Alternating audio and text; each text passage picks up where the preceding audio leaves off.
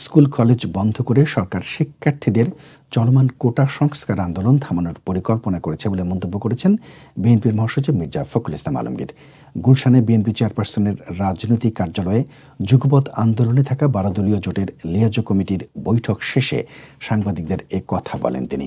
বৈঠকের সিদ্ধান্ত অনুযায়ী জোহরের নামাজের পর রাজধানীর পল্টনে জাতীয় মসজিদ বাইতুল মোকাররমের উত্তর গেটে আন্দোলনে নিহতদের স্মরণে গায়বানে জানাজা অংশ নেবে বিএনপি ও যুগপৎ আন্দোলনের নেতাকর্মীরা। বিএনপি মহাসচিব বলেন, স্কুল কলেজ বন্ধ করে আন্দোলন থামানোর পরিকল্পনা করেছে সরকার, তবে কোটা আন্দোলনের নেতৃত্বের সঙ্গে বিএনপির কোনো সম্পর্ক নেই বলে জানান মির্জা ফখরুল।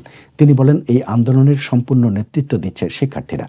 মির্জা ফখরুল আরও বলেন, শিক্ষার্থীদের উপর হামলার উস্কানি দিয়েছে সরকার। বিএনপি ও সমমনা দলগুলো এর তীব্র নিন্দা জানায়। সরকারি চাকরিতে কোটা সংস্কারের দাবিতে আন্দোলনরত শিক্ষার্থীদের সঙ্গে ছাত্রলীগ ও পুলিশের সংঘর্ষে সারা দেশে 7 জন নিহত হয়েছেন। চলমান সহিংসতার মধ্যে শিক্ষার্থীদের নিরাপত্তায় দেশের সব স্কুল ও কলেজ অনির্দিষ্টকালের জন্য বন্ধ ঘোষণা করেছে শিক্ষা মন্ত্রণালয়। এছাড়াও বৃহস্পতিবারের এইচএসসি পরীক্ষাও স্থগিত করা হয়েছে।